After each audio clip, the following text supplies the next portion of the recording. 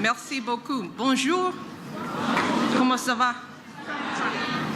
Jeff Wa, Martin Luther King. Tertubi Rafetnu.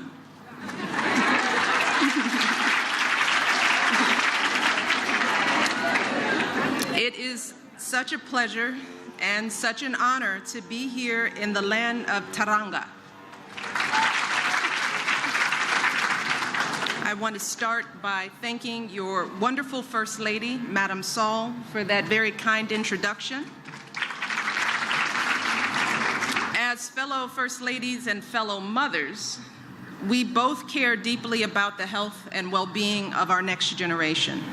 And Madam Saul is doing tremendous work to help children all across this country, so I'm so glad that she could be with us today. I also want to thank your principal, Principal Saul, for her incredible leadership to ensure that you all get the very best education possible.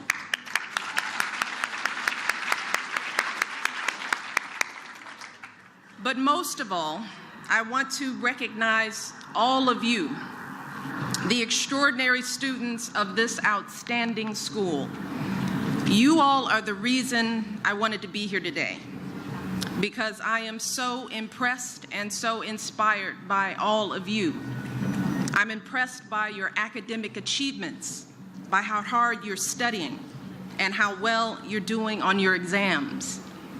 I'm inspired by your leadership skills, by how you're running your student government, meeting with so many prominent women leaders, and preparing yourselves to become the next generation of leaders in your community. With your hard work and focus and diligence, you are following in the footsteps of so many of the distinguished alumni of this school, journalists like Diabo Basan, businesswomen like Kumba Lamcham, and so many others.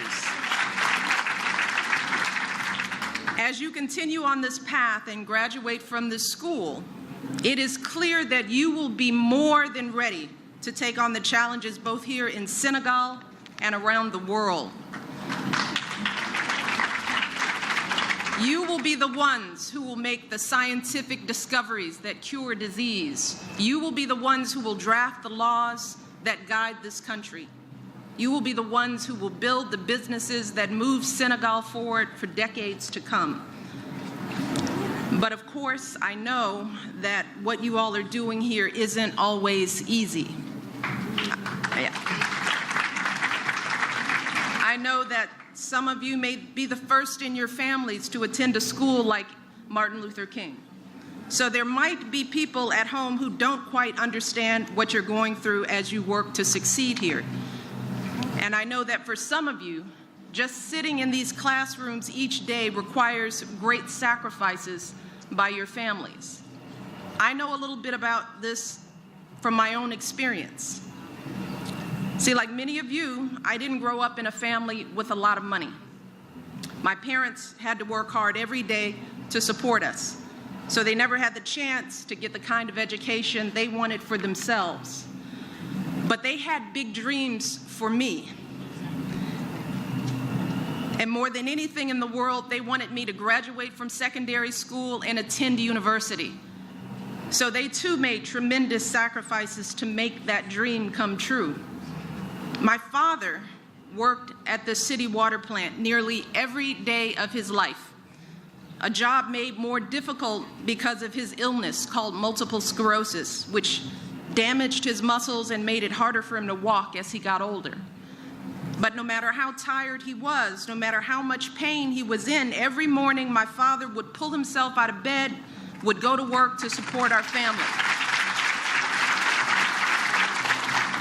And my father sacrificed and saved so that he could pay my university tuition.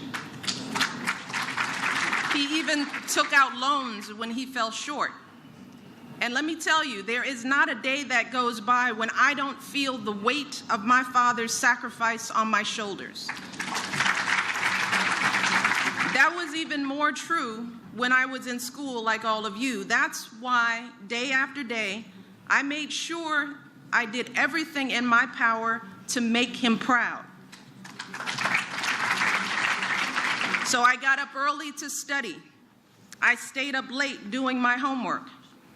And despite my efforts, there were still plenty of people who doubted whether a girl from my humble background had what it took to succeed. But I ignored the doubters and kept pushing forward. And I graduated from secondary school at the top of my class, and I went on to get a bachelor's degree and graduate degrees in law from two of the best universities in my country, and those degrees opened up so many opportunities for me to fulfill my dreams. So over the course of my life, I've worked as a lawyer, as the director of a youth organization, and as vice president of a hospital. Because I had a good education, I was able to provide for my family, give back to my community, and now serve my country as First Lady.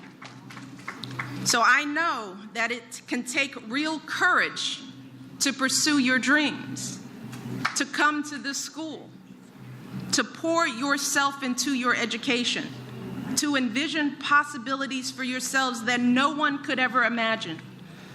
But don't ever forget that by investing in your education, you are doing the very best thing you can do, not just for yourselves, but for your children and your grandchildren.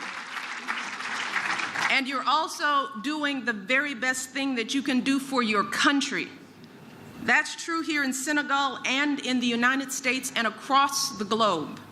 When girls are educated, their countries become stronger and more prosperous. That's why here in your country and in my country as well, our leaders are working so hard to expand educational opportunities to more and more young people, especially our young girls. So by making this critical investment in your education and in the future of your country, you all are serving as role models, not just for girls here in Senegal, but for girls in the United States and around the world. You all are role models for my daughters, which is why I brought my older daughter as well as my niece here today, so that they could be as inspired by you as I am.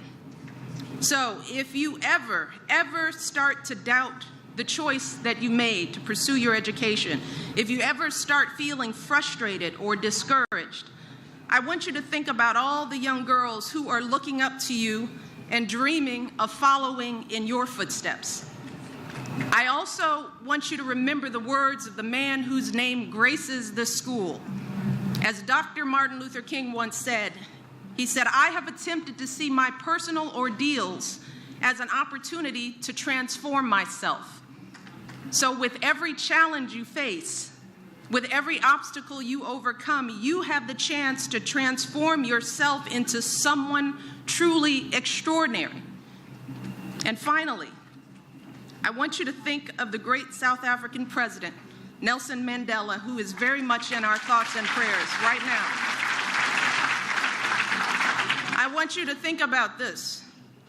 If President Mandela could hold tight to his vision for his country's future during the 27 years he spent in prison, then surely you all can hold tight to your hopes for your own future. If President Mandela could endure being confined to a tiny cell, being forced to perform back-breaking labor, being separated from the people he loved most in the world, then surely all of us, we can keep showing up and doing our best, showing up for school each day, studying as hard as you possibly can. Surely you can seize the opportunities Mandela fought for all of us. Surely you can honor his legacy by leaving a proud legacy of your own. That's how I've tried to live my own life, by honoring those who sacrificed for me, from my father all the way to heroes like President Mandela and Dr. Martin Luther King. Every day I do my best to make my life worthy of their sacrifice.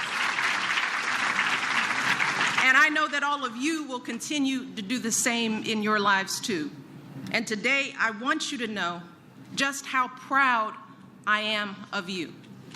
And all of us, President Obama, I, your families, your teachers, your country's leaders, we all believe strongly in all of you, and we cannot wait to see everything you will do and achieve in the years ahead.